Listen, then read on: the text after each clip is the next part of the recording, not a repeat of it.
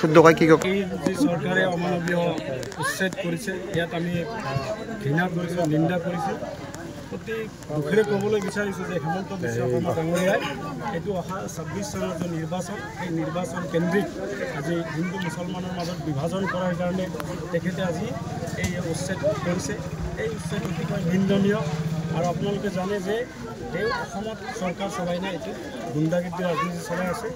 আজি হিমন্ত বিশ্ব শৰ্মা ডাঙৰীয়াই দুৰ্বলৰ ওপৰতহে অত্যাচাৰ কৰি আছে। আজি আপোনালোকে যদি চায়, আজি ধুবুৰী জিলাত ইয়াত চাপৰ ব্লকৰ অন্তৰ্গত অঞ্চলসমূহত যি উচ্ছেদ কৰিছে, কেইদিনমান আগতে আপোনালোকে দেখিবলৈ পাইছে যে গোৱালপাৰাত উচ্ছেদ কৰিছে, লখিমপুৰত উচ্ছেদ কৰিছে। তেওঁ এই যে বিভাজনৰ ৰাজনীতিৰ কাৰণে আজি এনেকুৱা দুখীয়া মানুহখিনিক আজি যিবিলাক মানুহ আজি চলিব নোৱাৰে, খাবলৈ তেওঁলোকে নাপায়, তেনেকুৱা মানুহৰ অত্যাচাৰ কৰি আজি হিমন্ত বিশ্ব শৰ্মা ডাঙৰীয়াই হিন্দু মুছলমানৰ মাজত বিভাজন কৰিব বিচাৰিছে। আপোনালোকে জানে যে এইবোৰ স্বদেশী মানুহ হয়, কোনো বিদেশী নহয়। যদি তেখেতে বিদেশী মানুহ ইয়াতে বহি আছিলে, তেতিয়া যদি উচ্ছেদ কৰিছিলে, তেতিয়া আমাৰ কোনো ক'বলগীয়া নাছিলে। কিন্তু এইবোৰ ভাৰতীয় হয়, অসমীয়া হয়। এই অসমীয়া ভাৰতীয়সকলক আপোনালোকে জানে যে হাইকোৰ্ট বা সুপ্ৰিম কোৰ্টে নিৰ্দেশ দিয়া আছে যে আমাৰ ভাৰতীয় নাগৰিকসকলক যদি ক'ৰবাত উচ্ছেদ কৰে, তেতিয়া তাৰ আগতে তেওঁলোকক পুনৰ সংস্থাপন কৰিব লাগিব, তাৰপিছতে তেওঁলোক সংস্থাপন কৰিব লাগিব। গতিকে এনেকুৱা এটা পৰিৱেশ, ভয়ংকৰ পৰিৱেশ আজি অসমত যে হিমন্ত বিশ্ব শৰ্মা ডাঙৰীয়াই কৰিছে, মোক ক'ব পৰা নাই, ভাষাৰে ক'ব পৰা নাই। আমাৰ ভগৱান আছে, তেখেতৰ যি ইনচাফ, আপোনালোকক মই ক'লোঁ, আপোনালোকে মনত ৰাখিব। আজি বাচ্চা, আজি মহিলাসকলৰ যি কান্দন, চকু পানী, মই আপোনালোকক ক'ব বিচাৰিছোঁ যে আল্লাহ আছে, ভগৱান আছে। এই ইনচাফ হিমন্ত বিশ্ব শৰ্মাৰ এগেইনষ্টত যি ইনচাফ হ'ব, সেই ইনচাফ এই ৰাইজসকলে দেখি যাব, দেখিবলৈ পাব। খুব সোনকালে হিমন্ত বিশ্ব শৰ্মাৰ ইনচাফ আল্লাহ ভগৱানে কৰিব। এনেকুৱা হিটলাৰী ৰাজনীতি, বহুতে হিটলাৰক এনেকুৱা ভয়ংকৰ ৰাজনীতি কৰিছিলে, এনেকুৱা ভয়ংকৰ প্ৰশাসক আছিলে, কিন্তু এটা সময়ত তেওঁ নিজে ছুইচাইড কৰি মৰিবলগীয়া হৈছিলে। হিমন্ত বিশ্ব শৰ্মা ডাঙৰীয়াই যেনেকৈ আজি দুখীয়া দৰিদ্ৰসকলক পাগল কৰিছে, আজি এই ৰ'দ বৰষুণৰ মাজত আজি আমি তিৰপাল দিবলৈ আহিছোঁ, তিৰপালৰ মাজতে থাকিবলগীয়া হৈছে। অসমৰ নাগৰিক হৈ ভাৰতীয় নাগৰিকৰ ওপৰত এনেকুৱা অত্যাচাৰ কৰিছে। হিমন্ত বিশ্ব শৰ্মা ডাঙৰীয়াৰ এনেকুৱা অভিশাপ লাগিব, এনেকুৱা পাপ লাগিব, এনেকুৱা পাপে চুব। আপোনালোকে চাব, হিমন্ত বিশ্ব শৰ্মা ডাঙৰীয়াৰ শৰীৰত আমাৰ যে ভাষাত কয়, এনেকুৱা ঘাঁ হৈ মৰিব এইবিলাক মানুহৰ অভিশাপত। মই কৈছোঁ, মই অতি দুখেৰে কৈছোঁ, অসমত থাকি অসমৰ ভাৰতবৰ্ষৰ লগত আমাৰ বায়ু, পানী, মাটিৰ লগত আমি মিহলি হৈ আছোঁ, আমাৰ সংখ্যালঘুসকল। আৰু তাত তেওঁলোকে এনেকুৱা অত্যাচাৰ কৰিছে, আমি অতিকৈ দুখ পাইছোঁ। অসমৰ মানুহ, ভাৰতবৰ্ষৰ মানুহে এই এনেকুৱা নিন্দনীয় কাৰ্য কেতিয়াও ভাল নাপায়, কেতিয়াও গ্ৰহণ নকৰে। হিন্দু মুছলিম অসমত যিমানে তেওঁ হিমন্ত বিশ্ব শৰ্মাই বিচাৰক, তেওঁ কোনোদিনৰ হিন্দু মুছলিম নিবিচাৰে। অসমৰ ৰাইজ সদায় শান্তিপ্ৰিয়, ইয়াত ধৰ্ম নিৰপেক্ষতাৰ ওপৰত বিশ্বাস কৰে। আমি সদায় শংকৰ আজানৰ দেশত আমি মিলা প্ৰীতিৰে থাকিব বিচাৰোঁ। আৰু তেখেতে এই দুৰ্বল মানুহৰ ওপৰত অত্যাচাৰ কৰি আজি তেখেতে নিজকে আজি মুখ্যমন্ত্ৰী বনাই ৰাখিব বিচাৰি আছে। আপোনালোকে জানে যে তেখেতে ধনী মানুহক ধনী কৰি আছে, তেখেতে দুখীয়াসকলক আৰু দুখীয়া কৰি আছে, দুখীয়াসকলক তেওঁ মাৰি অত্যাচাৰ কৰি মাৰি আছে। ইমান প্ৰশাসন আজি লগাইছে আপোনালোকে দেখিবলৈ পাইছে। সেইদিনা তেওঁৰ মন্ত্ৰী সভাত গৰু চোৰ ওলাইছে, জয়ন্ত মল্ল বৰুৱা। আৰু এই চোৰ কেছটো যেতিয়া অসমৰ মানুহে ইমূৰৰ পৰা সিমূৰে চোৰ তেওঁৰ মন্ত্ৰী সভাত সোমাইছে, তেতিয়া এই সংখ্যালঘুসকলক উচ্ছেদৰ জৰিয়তে, অত্যাচাৰৰ জৰিয়তে সেই চুৰি কাৰ্যসূচীটো তেওঁ ঢাকিব বিচাৰি আছে। ইছ্যু ডাইভাৰ্ট কৰাৰ চেষ্টা কৰি আছে। আজি তেওঁ অকল সংখ্যালঘুসকলক নহয়, অসমখনে তেওঁ ধ্বংস কৰিব বিচাৰি আছে। যিমান অসমৰ প্ৰপাৰ্টি আছে, হিমন্ত বিশ্ব শৰ্মা ডাঙৰীয়াৰ পৰিয়ালৰ নামত কৰিব বিচাৰি আছে। ইয়াত আদানীৰ পুত্ৰ, আদানীৰ বাপেকৰ যদি দম আছে, মই কৈছোঁ, সলমান খানে কৈছোঁ, মই মাইনৰিটি ডিপাৰ্টমেণ্টৰ চেয়াৰমেন অসমৰ, মই কৈছোঁ, অসমৰ কাৰণে আদানীৰ পুত্ৰ একো নহয়, তাৰ বাপেকৰ দম নাই। এই মাটিত যদি চৰকাৰে লৈও যায়, তথাপি আদানীৰ পুত্ৰক আমি ইয়াত কোনো ইণ্ডাষ্ট্ৰী ইয়াত বনাব নিদিওঁ। এই মানুহক আমি অনুৰোধ কৰিছোঁ, চৰকাৰক, হিমন্ত বিশ্ব শৰ্মা ডাঙৰীয়াক মই অনুৰোধ কৰিছোঁ যে এই নিৰীহ মানুহক ইয়াত আজি প্ৰায় 50-60 বছৰ আগৰ পৰা ইয়াত আছে। এই মানুহখিনিক আপোনালোকে যি মাটিত আছে, এই মাটিতে ৰাখিব লাগে। আৰু যদি তেওঁলোকক যদি অসমৰ কিবা কামত যদি মাটিখিনি দৰকাৰ হয়, অসমৰ ডেভেলপমেণ্টৰ কাৰণে যদি অসমৰ ৰাইজৰ ডেভেলপমেণ্টৰ কাৰণে যদি জড়িত হয় তেতিয়াহ'লে পুনৰ সংস্থাপন কৰাৰ পিছত তাৰপিছত আপোনালোকে এই মাটিখিনি লৈ যাওক। হেমন্ত বিশ্ব শৰ্মা ডাঙৰীয়াক মই অনুৰোধ কৰিম, আপুনি যিমানেই হিটলাৰী ৰাজনীতি নকৰক কিয়, গুণ্ডাগিৰি নকৰক কিয়, আজি দুখীয়াৰ ওপৰত, আজি কম সংখ্যকৰ ওপৰত অত্যাচাৰী সকলোৱে কৰিব পাৰে। আপুনি এটা ভীৰ পুৰুষ, আপুনি কা পুৰুষ, আপুনি কিন্তু সিংহ পুৰুষ নহয়। সিংহ পুৰুষ হ'ল এইসকল ব্যক্তি যিসকলে আজি নিজৰ জীৱন জীয়াই থকাৰ কাৰণে আজি যুদ্ধ কৰি আছে। আপোনাৰ নিচিনা এটা কুপ্ৰকৃতিৰ মুখ্যমন্ত্ৰীৰ মানে অত্যাচাৰত সহ্য কৰি জীয়াই আছে, সেইসকলে হ'ল পুৰুষ, সেইসকলে হ'ল পুৰুষ। আপুনি হ'ল কা পুৰুষ। মই হেমন্ত বিশ্ব শৰ্মা ডাঙৰীয়াক কৈছোঁ, আপোনাক সকীয়াই দিছোঁ, আপুনি নেক্সট টাইম আৰু এনেকৈ উচ্ছেদ কাৰ্যসূচী কৰি থাকিলে অসমৰ বাতাবৰণ, অসমৰ যি পৰিৱেশ বিনষ্ট কৰিব বিচাৰি আছে, আপুনি সাম্প্ৰদায়িক সংঘৰ্ষ লগাব বিচাৰি আছে। অসমখন ধৰ্ম নিৰপেক্ষ দেশ, অসম ভাৰতবৰ্ষ এখন ধৰ্ম নিৰপেক্ষ দেশ। ইয়াত সকলো জাতি জনগোষ্ঠীৰ মানুহ আমি শান্তিত আছোঁ, আমাক শান্তিত থাকিব দিয়ক। আৰু দুখীয়াসকলক অত্যাচাৰ কৰি আপুনি নিজকে হিটলাৰ সজাবলৈ আপুনি যি ষড়যন্ত্ৰ কৰি আছে, আপুনি এইবোৰ বন্ধ কৰক। আপুনি বিভাগৰ সংখ্যালঘু বিভাগৰ ফালৰ পৰা আপোনালোকে ল'ব নে নলয় সেইটো স্পষ্ট কৰিবনে? আমি সংখ্যালঘু বিভাগে ইয়াত সুপ্ৰিম কোৰ্টত যাবলগীয়া হ'লেও আমি যাম। ইয়াত আমি তেওঁলোকক পুনৰ সংস্থাপন দিয়াম।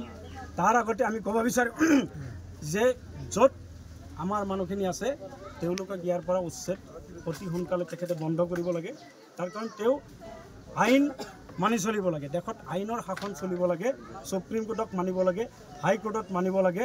গতিকে মই অনুৰোধ কৰিম, আৰু আমাৰ কংগ্ৰেছ পাৰ্টি সদায় দুখীয়া দৰিদ্ৰৰ লগত আছে, সকলো জাতি জনগোষ্ঠীৰ লগত আছে। আমি কেতিয়াও হিংসা নিবিচাৰোঁ। কংগ্ৰেছ দল এই সময়ত আমি ৰাজনীতি কৰিব অহা নাই, আমি কেতিয়াও উত্তেজিত কৰিব অহা নাই। আমি ৰাইজক সদায় আমি সৎ পৰামৰ্শ দিওঁ। কংগ্ৰেছ দল এই মানুহৰ বেয়া দিনত কেতিয়াও আমি এটা বস্তু চালোঁ, অসম চৰকাৰে এইটো অমানৱীয় কাৰ্যকলাপ চলাইছে। দুখীয়া মানুহৰ লগত ৰাজনীতি কৰি তেখেত মুখ্যমন্ত্ৰী হৈ থকাৰ কাৰণে নামনি অসমৰ মুছলমান বসতি অঞ্চলবিলাক উচ্ছেদ কৰি তেখেতে দেখুৱাই আছে যে এই দুখীয়া মানুহক উচ্ছেদ কৰি তেওঁ বীৰত্ব দেখুৱাই আছে। এদিন আপোনালোকে নিশ্চয় জানে হিটলাৰে এনেকুৱা কাম কৰিছিল। আজি সেই হিটলাৰেও নিজৰ বন্দুকেৰে গুলি কৰি তেওঁ মৃত্যুবৰণ কৰিব লগা হৈছিল। আজি এই অসমৰ মুখ্যমন্ত্ৰী হিমন্ত বিশ্ব শৰ্মা যি দুখীয়াৰ অত্যাচাৰ কৰি আছে, এই অত্যাচাৰৰ অভিশাপে তেখেত এদিন নিজৰ বন্দুকেৰে গুলি কৰি তেওঁ মৃত্যুবৰণ কৰিব লগা হ'ব। আজি কি কাৰ্যসূচী ৰূপায়ণ কৰিলে আপোনালোকে, কাৰ উদ্যোগত? আমি আমাৰ অসম প্ৰদেশ মাইনৰিটি কংগ্ৰেছ দলৰ মাইনৰিটি ডিপাৰ্টমেণ্টৰ তৰফৰ পৰা আজি আমি এই উচ্ছেদ স্থলত আহি দুখীয়া মানুহক সামান্যতম সহায় কৰাৰ কাৰণে আমি চেষ্টা কৰিছোঁ। আৰু এই অঞ্চলৰ দুখীয়া মানুহৰ আৰু কিমান দুখ দশা হৈ আছে তাৰ কাৰণে আমি আজি আহি এটা সজাতি দলে আহি এইটো পৰিদৰ্শন কৰিলোঁ। যোৱাকালি আপোনালোকে নিশ্চয় দেখিছে যে আমাৰ ধুবুৰী লোকসভা সমষ্টিৰ সন্মানীয় সাংসদ মহোদয় ইয়াত আহিছিল।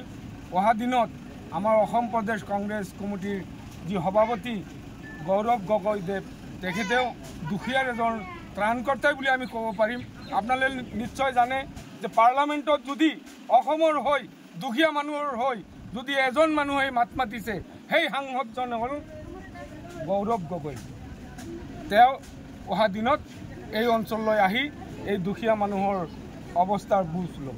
আমি আজি দেখিছে চাপুৰ চাৰ্কলৰ অন্তৰ্গত চিৰাকুটা, সন্তোষপুৰ আৰু চৰুৱাবাকৰা অঞ্চলত যি অসমৰ ভিতৰত সৰ্ববৃহৎ উচ্ছেদ হৈছে, যি অমানৱীয় অত্যাচাৰ কৰিছে, আজি এই অঞ্চলত পৰিদৰ্শন কৰিবৰ কাৰণে আমাৰ অসম প্ৰদেশ মাইনৰিটি চেলৰ অধ্যক্ষ চলমান খান ডাঙৰীয়া আমাৰ মাজত উপস্থিত হৈছে। আৰু এই অঞ্চল পৰিদৰ্শন কৰি তেখেতে বুজ ল'লে, ৰাইজৰ লগত মত বিনিময় কৰিলে। আজি আপোনালোকক মই এটাই কথা ক'ব বিচাৰিছোঁ যে এই কেইটামান গৰু চোৰে কিন্তু অসমখন মানে অশান্তি সৃষ্টি কৰিব বিচাৰিছে। তাৰ কাৰণ এই উচ্ছেদ, আজি অসমৰ মুখ্যমন্ত্ৰী ডাঙৰীয়াই কি কৈছে যে বাংলাদেশীক উচ্ছেদ কৰিবই লাগিব আৰু আমি উচ্ছেদ কৰিম, এইটো মুখ্যমন্ত্ৰীৰ কথা। মই মুখ্যমন্ত্ৰী ডাঙৰীয়াক প্ৰশ্ন কৰিছোঁ, বাংলাদেশী উচ্ছেদ, বাংলাদেশী ক'ত উচ্ছেদ কৰিছে আপুনি? বাংলাদেশী ক'ত আৰু ক'ত বাংলাদেশী উচ্ছেদ কৰিব য'ত আজি উচ্ছেদ হৈছে অসমত যিসকল ব্যক্তি ক'ব বিচাৰে যে এইসকল বাংলাদেশী সেইসকলক মই কৈছোঁ আৰু সেইসকলক মই অনুৰোধেৰে কৈছোঁ যে এনেকুৱা ভুল বিভ্ৰান্তি মন্তব্য অসমত নিদিব তাৰ কাৰণ যে আপোনালোকে যদি 1912 চনৰ যদি আপোনালোকে ধৰে তথাপি এই অঞ্চলত এনেকুৱা ব্যক্তি আছে যদি 1951 ধৰে তথাপি এই অঞ্চলৰ মানুহসকল ভাৰতীয় আৰু অসমৰ নাগৰিক গতিকে এনেকুৱা ভুল মন্তব্য দি অসমখন এটা বিভ্ৰান্তকৰ অশান্তিমূলক সৃষ্টি আপোনালোকে কৰিবলৈ যত্ন নকৰিব আৰু অসমৰ ৰাইজক মই কৈছোঁ যে এই বাংলাদেশীৰ নামত অসমৰ খিলঞ্জীয়া যি অসমত তেওঁলোকে বায়ু পানী খাই ইয়াত ডাঙৰ দীঘল হৈ জীৱনৰ লগত যুদ্ধ কৰি আজি ইয়াত বসতি কৰি আছে আৰু আইনত ফলো নকৰি অমানৱীয় অত্যাচাৰে যে উচ্ছেদ কৰিছে এইবিলাক বন্ধ কৰক কাৰণ যদি খিলঞ্জীয়াৰ স্বাৰ্থত যদি আজি ক'বলৈ যায় তেতিয়াহ'লে জিত আদানীৰ অসমৰ খিলঞ্জীয়া ব্যক্তি হয় নেকি আৰু এই যে উচ্ছেদ কৰিছে আপোনালোক উচ্ছেদ যে কৰিছে তেওঁলোকে কৈছে পাৱাৰ প্ৰজেক্ট কৰিব পাৱাৰ প্ৰজেক্ট যে তেওঁলোকে কৰিব এইটো চৰকাৰী পাৱাৰ প্ৰজেক্ট হ'ব না ব্যক্তিগত অনুষ্ঠানৰ প্ৰজেক্ট হ'ব যদি চৰকাৰী প্ৰজেক্ট হয় তেতিয়াহ'লে অসমত নিশ্চয় বাজেট আনিব লাগিব বাজেট ক'ত তেওঁলোকৰ এজন ব্যক্তিৰ মূৰত অসমত কিমান টকা ঋণ আছে সেই কথা অসমৰ মুখ্যমন্ত্ৰী এবাৰ ভাবিছেনে এই গৰু চৰকাৰটা ভাবিছেনে গতিকে এই কিছুমান মানে এনেকুৱা কিছুমান কথা ক'ব কৈ পেলাই তেওঁলোকৰ ৰাজনীতি মুনাফা আদায় কৰাৰ কাৰণে যিসকলে দিন ৰাতি একাকাৰ কৰি আজি এই অসমৰ খিলঞ্জীয়া ব্যক্তি যিসকল অসমৰ ভূমিৰ মানে তেজ আছে সেইসকল ব্যক্তিক যি অমানৱীয় অত্যাচাৰ কৰি আছে আজি লাইন কাটি দিয়া হৈছে যিসকল পাট্টা মাটিত আছে আপোনালোকে ভাবক আজি আপোনালোকে সুধিছে প্ৰতিবাদ আজি আপোনালোকে নিজেও আজি যদি কংগ্ৰেছৰ কথা বাদ দিয়ক আজি আপোনালোকে সাংবাদিক এজনে যদি এই চৰকাৰৰ বিৰুদ্ধে কথা কয় চৰকাৰে এৰেষ্ট কৰা নাই জানো নকৰে জানো ইয়াত প্ৰতিবাদৰ কি মূল্য আছে গতিকে আমাৰ এই ভাৰতবৰ্ষত আইনী ব্যৱস্থা আছে যি সংবিধানৰ জৰিয়তে আমি প্ৰত্যেকজনে স্বাধীনভাৱে আমি ক'ব পাৰোঁ আমি আইনী ব্যৱস্থা কৰিম আৰু কংগ্ৰেছ দল সদায় আইনৰ প্ৰতি বিশ্বাস আৰু এই মানুহসকলক আইনী ব্যৱস্থা কৰি দি এই মানুহসকলৰ লগত সদায় থাকিব